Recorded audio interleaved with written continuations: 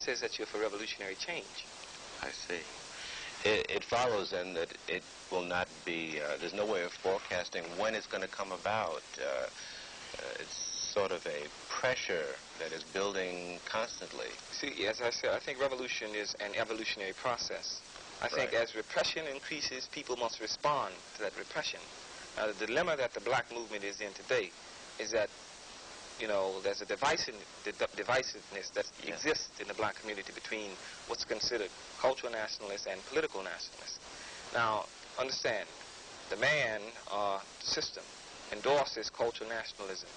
He will give people money to open up dashiki shops, will give people money to open up bookstores, because he knows that if you keep the people thinking culturally, then they won't move politically. My position is that culture has to be political. Everything has to be political. And in terms of the struggle, that political direction will, you know, give rise to the revolutionary struggle as a result of the repression that will be brought down because of political struggle.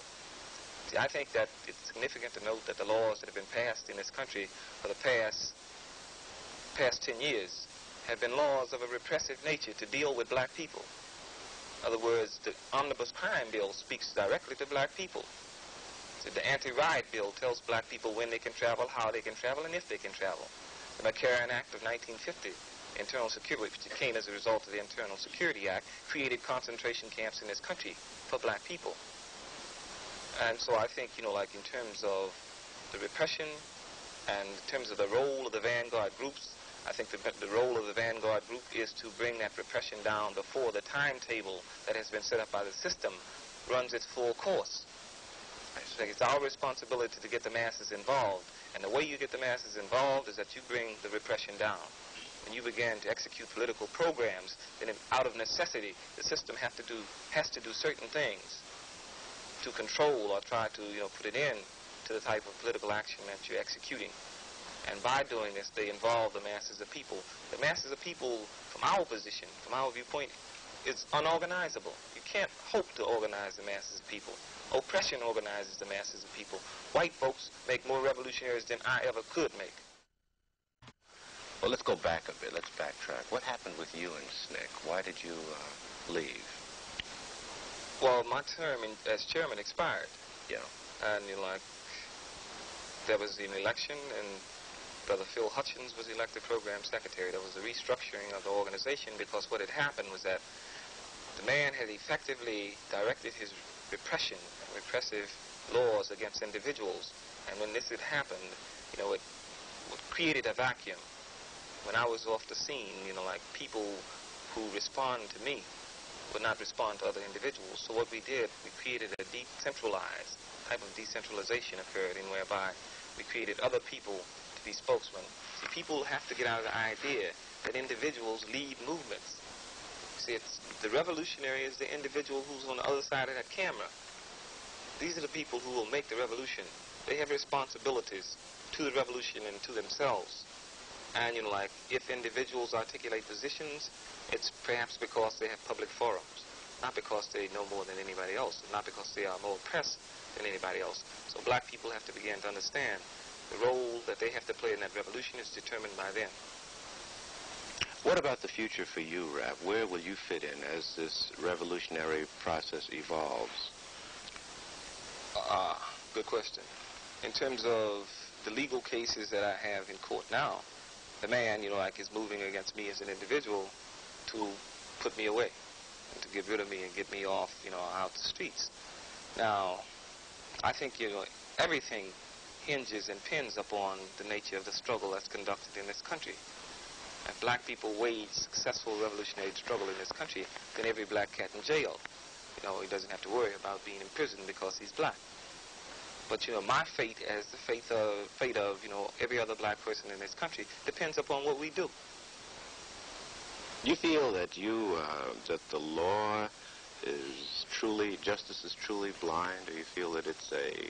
No, justice ain't blind. Justice see white folks mighty well. As a matter of fact, justice means just us white folks in this country. See, for black people, justice is a joke.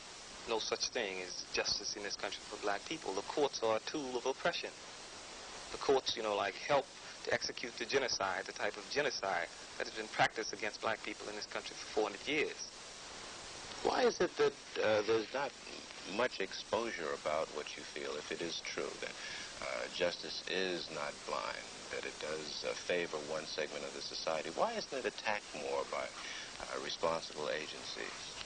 The very reason that they're responsible mean that the very statement responsible agents say that they're not going to respond, because like in terms of the status quo is never attacked by the comfortable people, the people who profit from it. And so as to expect the responsible Negroes or the responsible white people to attack the system from the basis that poor people and oppressed people will attack it is out of the question. You say that America as it stands just cannot be as far as the black man is concerned. Does this mean that the democratic idea, not how it's practiced, but the idea of a democracy is not valid? I think that in terms of, there has been no successful example of democracy as it's taught in this country. I'm not even talking about as it's practiced. I'm talking about as it's taught in this country. How about the Constitution? Looks good on paper. I think, the Constitution has a lot of valid ideas and thoughts. But you see that the contradictions that exist in this country are created out of the 13th, 14th, and 15th Amendment. And otherwise, Constitution is nothing but white people's paper.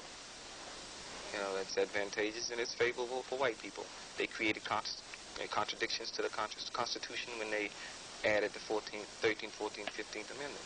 Rap, what effect is the end of the Vietnam War going to have on the situation here in this country? I think that if, America has ever run out of Vietnam and defeated, as they should be in Vietnam, then black people over here will have to, be in a position where they can defend themselves. Because I think that aggression that's being directed against the Vietnamese people will be turned inwardly against black people in this country. See, America, in terms of where she goes and, who she controls, a whole sphere of influence is diminishing. America is fighting on about 5 or 6 different fronts right now.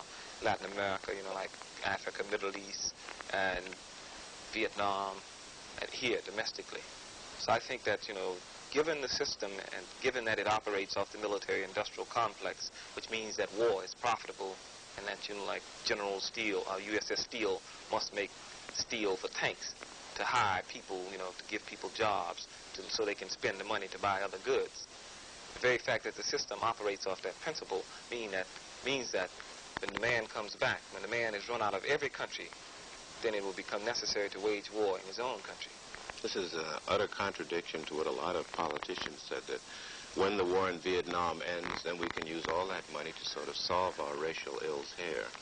No, it's not true, you see, because money has never been a problem for this country in terms of allotting money, because, you see, money here is not based on gold. It's not really based on the goods that produce. See, this is the lie that's been told, and it's been sold to black people as green power. Green power is a myth, see, because as long as a man possesses the power to change the color of money, then, the color of money is not significant in struggle.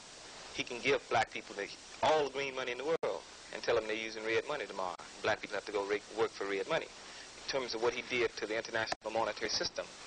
Now, the United States has a budget, annual budget of $800 billion. They had only $12 billion worth of gold. In terms of their foreign spending, it exceeded the quantity of gold that they had in this country.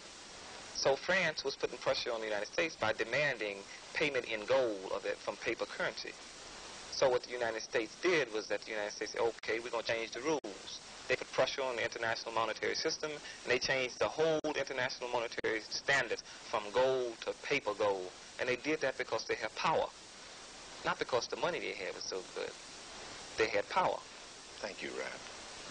Imam Jamil Alamin has been behind bars in the Georgia State Prison in Reidsville since March 16, 2002, for a crime he insists he did not commit.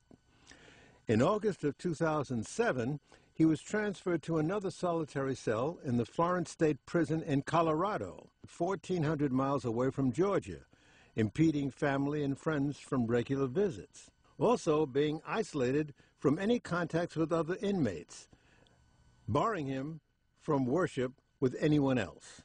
Like It Is will continue to follow this story.